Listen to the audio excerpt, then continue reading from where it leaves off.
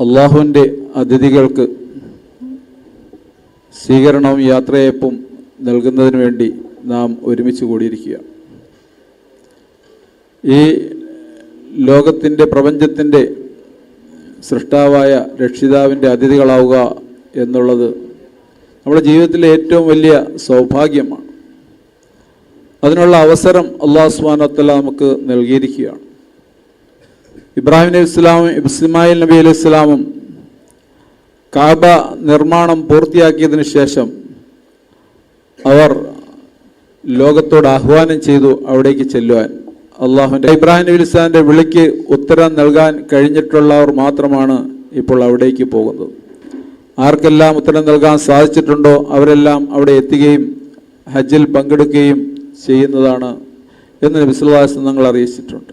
അപ്പോൾ അതനുസരിച്ച് ഇബ്രാഹിം നബി ഇസ്ലാമിൻ്റെ വിളിക്ക് ആയിരക്കണക്കിന് വർഷങ്ങൾക്ക് മുമ്പ് അള്ളാഹുവിൻ്റെ നിർദ്ദേശം അനുസരിച്ച് വിളിച്ച ആ വിളിക്ക് ഉത്തരം നൽകാൻ സാധിച്ചു എന്നുള്ളത് നമുക്കുള്ള ഏറ്റവും വലിയ സൗഭാഗ്യമാണ്, ഏറ്റവും വലിയ അനുഗ്രഹമാണ്. ആ പരിശുദ്ധ ഭൂമിയിൽ എല്ലാ പ്രവാചകന്മാരും അവരുടെ കാൽപാദങ്ങൾ അവിടെ ചലിപ്പിച്ചതാണ്. ആ കാബയ്ക്ക് ചുറ്റും അവർ തവാഫ് ചെയ്തിട്ടുണ്ട്. ആദം നബി അലൈഹി ഇസ്ലാം മുതൽ. ആദം നബി ഇസ്ലാം ഭൂമിയിൽ ഇറങ്ങിയത് ഇന്ത്യയിലാണ്. അന്നത്തെ സിലോൺ അന്ന് ഇന്ത്യയായിരുന്നു. ആ സിലോണിൽ നിന്നും 40ഓളം പ്രാവശ്യം നടന്ന് ഹജ്ജിന് പോയതായി ചരിത്രം പറയുന്നു. അപ്പോൾ അത്രയും ഉത്കൃഷ്ടമായ സ്ഥാനമാണ് അല്ലാഹു സുബ്ഹാനഹു വ തആല നമുക്ക് നൽകുന്നത് എന്ന് നാം ഇതിൽ നിന്നും മനസ്സിലാക്കണം. അള്ളാഹു നമുക്ക് ചെയ്ത അനുഗ്രഹങ്ങളിൽ ഏറ്റവും വലുതാണ് നമ്മളെ സത്യവിശ്വാസികളാക്കിയും മുഅ്മിനീങ്ങളാക്കി എന്നുള്ളത്. അതിനുശേഷം അല്ലാഹു സുബ്ഹാനഹു വ തആല നൽകുന്ന അനുഗ്രഹങ്ങളാണ് നബി സല്ലല്ലാഹു അലൈഹി വസല്ലം ഉമ്മത്തിയാക്കി ആ പ്രവാചകനെ പിൻപറ്റിക്കൊണ്ട് ഇത്തരം അമലുകളിൽ പങ്കാളികളാകാൻ അല്ലാഹു സുബ്ഹാനഹു വ തആല തൗഫീഖ് നൽകി എന്നുള്ളത്. പരിശുദ്ധ മക്കയും മദീനയും ഹജ്ജും ഉംറയും ഇതെല്ലാം നമ്മൾ കേട്ടിട്ടുണ്ട്, മീഡിയകളിലൂടെ നമ്മൾ കണ്ടിട്ടുണ്ട്, മനസ്സിലാക്കിയിട്ടുണ്ട്. പലരും അവിടെ പോയിട്ടുള്ളവരാണ്, പോകാത്തവരും ഉണ്ടാകാം. എല്ലാവർക്കും അവിടെ എത്തിച്ചേരണമെന്ന് അതിയായ ആഗ്രഹമുണ്ട്. നമ്മൾ ജനിച്ചത് മുതൽ നമ്മൾ കാബയിലേക്ക് തിരിഞ്ഞു നിന്നാണ് നമസ്കരിക്കുന്നത്. നമ്മുടെ ഖിബിലയായ കാബ കൺകുളിർക്കെ കാണുവാൻ ആഗ്രഹിക്കാത്ത ഒരു സത്യവിശ്വാസിയും ഈ ലോകത്തുണ്ടാവുകയില്ല. ആ പരിശുദ്ധ കാബയിലേക്ക് എത്തിച്ചേരുക എന്നുള്ളത് ഏറ്റവും വലിയ സൗഭാഗ്യമാണ്. ആ കാബ പല പ്രാവശ്യം പുതുക്കി പണിയേണ്ടി വന്നിട്ടുണ്ട്. ആദ്യമായി നിർമ്മിച്ചത് മലക്കുകളാണ്, പിന്നീട് ഇബ്രാഹിം നബി ഇസ്ലാം, ഇസ്മായിൽ നബി ഇസ്ലാം കൂടി. അതിനുശേഷം 10ഓളം പേർ അതിനെ പുതുക്കി പണിഞ്ഞിട്ടുണ്ട്. ഏതായാലും ആ കാബ, ആ ഇസ്മായിൽ നബി ഇസ്ലാമിൻ്റെ ഹിജ്ർ എന്ന് പറയുന്ന ഹിജ്ർ ഇസ്മായിൽ, അതും കാബയിൽപ്പെട്ടതാണ്. അത് ചേർത്തും ചേർക്കാതെയും പല പ്രാവശ്യമായിട്ട് നിർമ്മിച്ചിട്ടുണ്ട്. അപ്പോൾ ആ ഹിജ്ർ ഇസ്മായിൽ പ്രവേശിക്കുകയാണെങ്കിൽ, അഥവാ കാബയുടെ സൈഡിൽ റാ പോലെ ഉള്ള ആ ഭിത്തി അതിനുള്ളിൽ പ്രവേശിക്കുകയാണെങ്കിൽ കാബയ്ക്കുള്ളിൽ പ്രവേശിച്ചതിൻ്റെ പ്രതിഫലമാണ് നമുക്ക് ലഭ്യമാകുന്നത്. അവിടെ നമസ്കരിച്ചാൽ കാബയ്ക്കുള്ളിൽ നമസ്കരിച്ചതിന് തുല്യമായ പ്രതിഫലം നമുക്ക് കരസ്ഥമാക്കാൻ സാധിക്കുന്നതാണ്. ഏറ്റവും വലിയ സൗഭാഗ്യമാണെന്ന് നാം മനസ്സിലാക്കണം. ഹജറുൽ അസ്വദ് സ്വർഗത്തിൽ നിന്ന് കൊണ്ടുവന്ന കല്ലാണ്. ഇസ്മായിൽ നബി ഇസ്ലാം, ഇബ്രാഹിം നബി ഇസ്ലാം കൂടി കാബ നിർമ്മാണ വേളയിൽ ആ കല്ല് കണ്ടെത്തി അവിടെ സ്ഥാപിച്ചതാണ്. സ്വർഗത്തിലെ കല്ലാണ്. അഥവാ സ്വർഗവും നമ്മും തമ്മിൽ ബന്ധിപ്പിക്കുന്ന ഒരു കല്ലാണ് ഹജറുൽ അസ്വദ്. അതിൽ നമ്മൾ ചുംബിക്കുകയാണെങ്കിൽ സ്വർഗത്തിലെ കല്ലിലാണ് നമ്മൾ ചുംബിക്കുന്നതെന്നുള്ള ഓർമ്മ നമുക്കുണ്ടാകണം.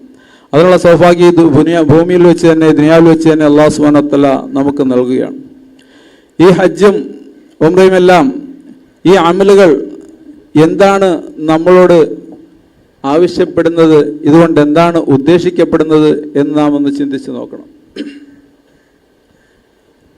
ഇബ്രാഹിം നബി ഇസ്ലാം, ഇസ്മായിൽ നബി ഇസ്ലാമും ചെയ്ത ത്യാഗം എത്രത്തോളം വലുതാണെന്ന് നാം മനസ്സിലാക്കണം. ഇബ്രാഹിം നബി ഇസ്ലാം വളരെയധികം പരീക്ഷിക്കപ്പെട്ട, എല്ലാ പരീക്ഷണങ്ങളിലും പൂർണ്ണമായി വിജയിച്ച് അള്ളാഹുവിൻ്റെ ഖലീലായി തീർന്ന പ്രവാചകനാണ്. ആ പ്രവാചകൻ്റെ പല പരീക്ഷണ ഘട്ടങ്ങളുമുണ്ടായി. അതിലെല്ലാം അദ്ദേഹം അതിജീവിച്ചു. ഇസ്മായിൽ നബി ഇസ്ലാമും അതിൽ വിജയിച്ചു. ഹാജറ ബീവിയും അതിൽ വിജയശ്രീ ലാളിതയായി. ഏതായാലും ആ പ്രവാചക കുടുംബത്തിന് അല്ലാഹു സുബ്ഹാനഹു വ തആല നൽകിയ പരീക്ഷണങ്ങൾ അതെല്ലാം അതിജീവിച്ച് അള്ളാഹുവിൻ്റെ ഉന്നതമായ പദവിയിലേക്ക്, അള്ളാഹു നൽകിയ ഉന്നതമായ പദവിയിലേക്ക് എത്തിച്ചേരുവാൻ അവർക്ക് അള്ളാഹു സുബ്ഹാനഹു വ തആല തൗഫീഖ് നൽകി. ആ കുടുംബത്തിൻ്റെ ത്യാഗം അത് നാം എന്നും ലോകാവസാനം വരെ സ്മരിക്കണം. എല്ലാവരും അത് അറിയണം. ആ ത്യാഗങ്ങൾ കണ്ടെത്തണം. അതിനുവേണ്ടിയാണ് ഈ ഹജ്ജ് നിർബന്ധമാക്കിയിരിക്കുന്നത്. അള്ളാഹുവിനെ ഏറ്റവും കൂടുതൽ സ്വാധീനിച്ച ആ പ്രവാചകനും കുടുംബവും അവർ എത്രത്തോളം ത്യാഗം സഹിച്ചിട്ടാണ് ആ മക്കയിൽ ജീവിച്ചതും. അതിനോടനുബന്ധമായ സംഭവങ്ങളിലേക്ക് ഞാൻ കടക്കുന്നില്ല, വളരെ വിശദമായ സംഭവങ്ങളാണ്. ഇബ്രാഹിം നബി ഇസ്ലാം തീക്കുണ്ടാരത്തിലിട്ടു, അതിൽ നിന്ന് മോചിപ്പിച്ചു. അതുപോലെ തന്നെ മക്കളില്ലായിരുന്ന മക്കളെ നൽകി, എന്നിട്ട് മക്കയിൽ ഉപേക്ഷിക്കാൻ പറഞ്ഞു, അപ്പോൾ ഉപേക്ഷിക്കേണ്ടി വന്നു. പിന്നീട് ആ കുട്ടിയെ തന്നെ വളർന്നപ്പോൾ അറുക്കാൻ പറഞ്ഞു, അതിനും അദ്ദേഹം തയ്യാറായി. ഇതുമാതിരിയുള്ള എല്ലാ പരീക്ഷണങ്ങളിലും 100% മാർക്കോടുകൂടി വിജയിച്ച ഇബ്രാഹിം നബി ഇസ്ലാം അള്ളാഹു സുബ്ഹാനഹു വ തആല അങ്ങേയറ്റം ഇഷ്ടപ്പെടുന്ന കുടുംബമാണ്. ആ കുടുംബത്തിൻ്റെ ത്യാഗം നാം കണ്ട് മനസ്സിലാക്കി അത് നമ്മുടെ ജീവിതത്തിൽ പ്രാവർത്തികമാക്കണമെന്നാണ് അള്ളാഹു സുബ്ഹാനഹു വ തആല ഈ ഹജ്ജിലൂടെ ആഗ്രഹിക്കുന്നത്, ഉദ്ദേശിക്കുന്നത്. നാം ആ സാഹചര്യങ്ങളെല്ലാം പോകണം. ഇസ്മായിൽ നബി ഇസ്ലാമിനെ അറുത്ത സ്ഥലം കണ്ടെത്തുക. ഇസ്മായിൽ നബി ഇസ്ലാം ഇബ്രാഹിം നബി ഇസ്ലാമും പോയപ്പോൾ പിശാച് പിന്തുടരുകയും അവരെ കല്ലെറിഞ്ഞോടിച്ചതും, ആ പിശാചിനെ കല്ലെറിഞ്ഞോടിച്ച സന്ദർഭങ്ങൾ അവിടെയെല്ലാം നമ്മൾ മനസ്സിലാക്കുക. അവർ എത്രത്തോളം കഷ്ടപ്പെട്ടിട്ടുണ്ടാകും. ഇന്ന് വാഹനങ്ങളിൽ പോകുന്ന നമുക്ക് പോലും ബുദ്ധിമുട്ടാണെങ്കിൽ അന്ന് കാൽനടയായി അവരെവിടെയെല്ലാം എത്തിച്ചേർന്നു. ഇതെല്ലാം നമുക്ക് മനസ്സിലാക്കാൻ സാധിക്കും. അപ്പോൾ അവരുടെ ത്യാഗം എത്രത്തോളം വലുതാണ്. ഒരു മനുഷ്യനും ഇല്ലാത്ത ഭൂമിയിലാണ് ഹാജറ ബീവിയും ഇസ്മായിൽ നബി ഇസ്ലാം ജീവിച്ചു വളർന്നത്. അതിനുശേഷമാണ് സംസം വെള്ളം ഉണ്ടായത്. ഇതെല്ലാം ചരിത്രമെല്ലാം ഉസ്താദ് ഇൻഷാ അല്ലാഹ് സൂചിപ്പിക്കും. അപ്പോൾ ആ സാഹചര്യങ്ങൾ കണ്ട് മനസ്സിലാക്കി അതെല്ലാം ഏത് രീതിയിലാണ് ആ പ്രവാചക കുടുംബം തരണം ചെയ്തത്, അതുപോലെ അള്ളാഹുവിന് വേണ്ടി സർവ്വതും അർപ്പിക്കുവാൻ നാമും തയ്യാറായി തീരണമെന്നാണ് അള്ളാഹു സുബ്ഹാനഹു വ തആല ആഗ്രഹിക്കുന്നത്.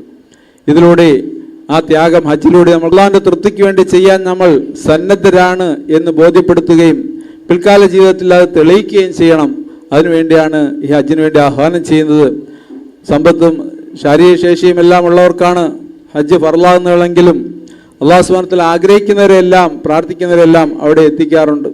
ആ നിലയിൽ നമുക്ക് ഹജ്ജ് ഫർളില്ല എങ്കിൽ പോലും, ഫർളായിട്ടില്ല എങ്കിൽ ആർക്കെങ്കിലും ആയിട്ടില്ലെങ്കിൽ പോലും അവിടെ എത്തിച്ചേരാൻ ആഗ്രഹിക്കുകയും പ്രാർത്ഥിക്കുകയും പരിശ്രമിക്കുകയും ചെയ്തു കഴിഞ്ഞാൽ അള്ളാഹു സുബ്ഹാനഹു വ തആല അവിടെ എത്തിക്കുക തന്നെ ചെയ്യും, യാതൊരു സംശയവുമില്ല. ആ നിലയിൽ അവിടെ ചെല്ലുവാനും പരിപൂർണമായി മഖ്ബൂലും മബ്രൂറുമായ ഹജ്ജും ഉംറയും നിർവഹിച്ച് തിരിച്ചു വരാൻ അള്ളാഹു സുബ്ഹാനഹു വ തആല തൗഫീഖ് നൽകി അനുഗ്രഹിക്കുമാറാകട്ടെ. മാ മിൻ അയ്യാമിൻ അഹബ്ബു ഇലല്ലാഹി യതഅബ്ബദു ലഹു ഫീഹാ മിൻ അശ്രി ദിൽ ഹജ്ജ് യഅദലു കുല്ലു സിയാമി യൗമിൻ ഫീഹാ ബിഹാ സിയാമു സന വഖിയാമു കുല്ലു മിൻഹാ സിയാമു ലൈലത്തുൽ ഖദർ.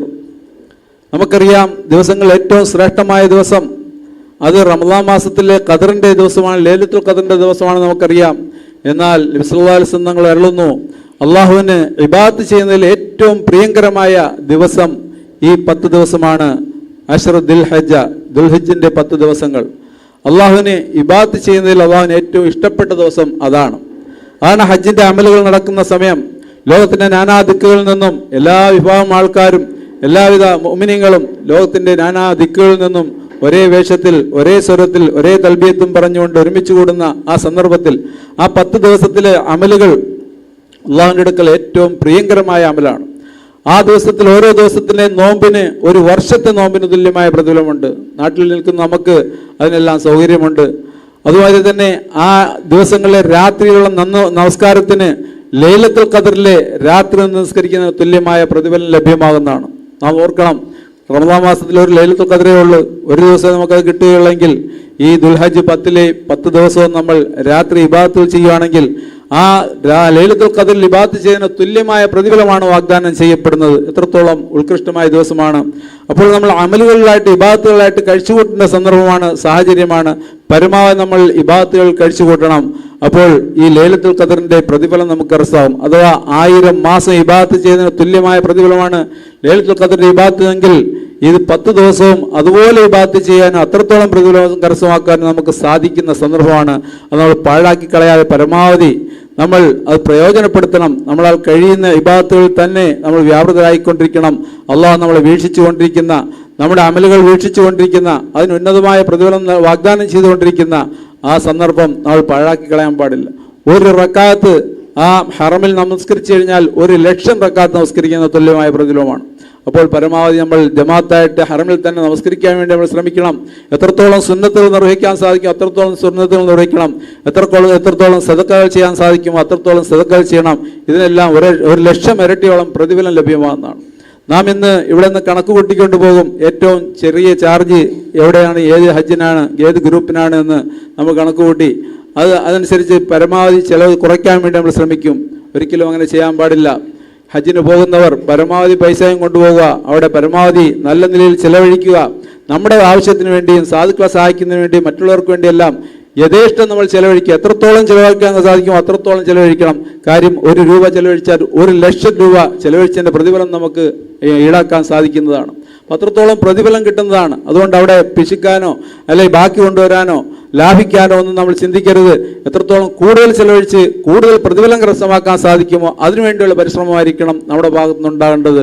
കാര്യങ്ങൾ മനസ്സിലാക്കി അമൽ ചെയ്യാനും നല്ല നിലയിൽ മഖ്ബൂലും മബ്റൂറായ ഹജ്ജും ഉംറയും ചെയ്ത് തിരിച്ചു മടങ്ങാനും അല്ലാഹു സുബ്ഹാനഹു വ തആല നാവർക്കും തൗഫീഖ് നൽകി അനുഗ്രഹിക്കുമാറാകട്ടെ. വാഖിറു ദഅവാന അൽഹംദുലില്ലാഹി റബ്ബിൽ ആലമീൻ. അസ്സലാമു അലൈക്കും വറഹ്മത്തുള്ളാഹി തആല വബറകാതുഹു.